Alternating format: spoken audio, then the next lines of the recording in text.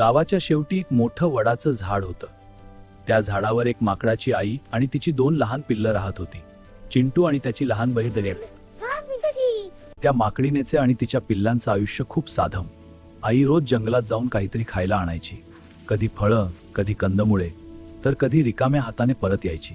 एक दिवस मात्र खूप भयानक हो. जंगलात मोठं वादळ आलं, झाडं पडली, प्राणी इकडे तिकडे पळाले.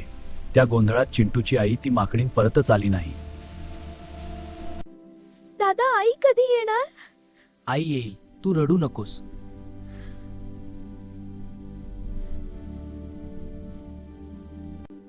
दादा, मला खूप भूक लागली आहे. तू इथे बस, मी काहीतरी घेऊन येतो.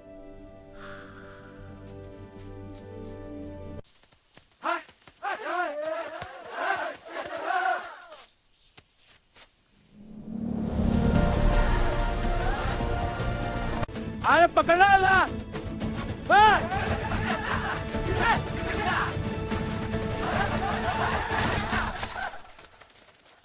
माकड पिल्लू चिंटू दमलेला जखमी, पण हातात केळं घट्ट पकडून परत आला. दादा, केळं.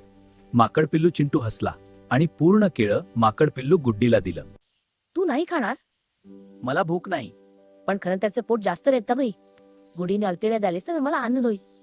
त्या रात्री माकड पिल्लू चिंटू उपाशी झोपला. काही दिवस असेच गेले.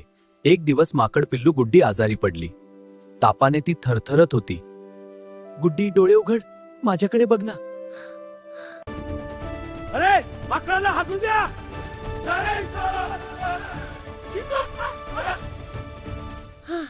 होश गेला. आई, हे माकड रोज काही तरण घेऊन जातं, पण ते स्वतः खात नाही. ते बहिणीसाठी नेतं. आपण त्यांना मदत करूया. आई, हे माकड रोज काही तरण घेऊन जातं, पण ते स्वतः खात नाही. आपण त्यांना मदत करूया. होय.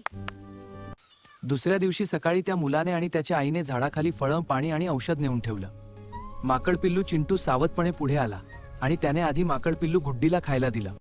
घाबरू नकोस, आम्ही मित्र आहोत. सगळी माणसं वाईट नसतात. आईचा त्याग, भुकेची वेदना आणि एका लहान मुलाने दाखवलेली माणुसकी मी कधीच विसरणार नाही.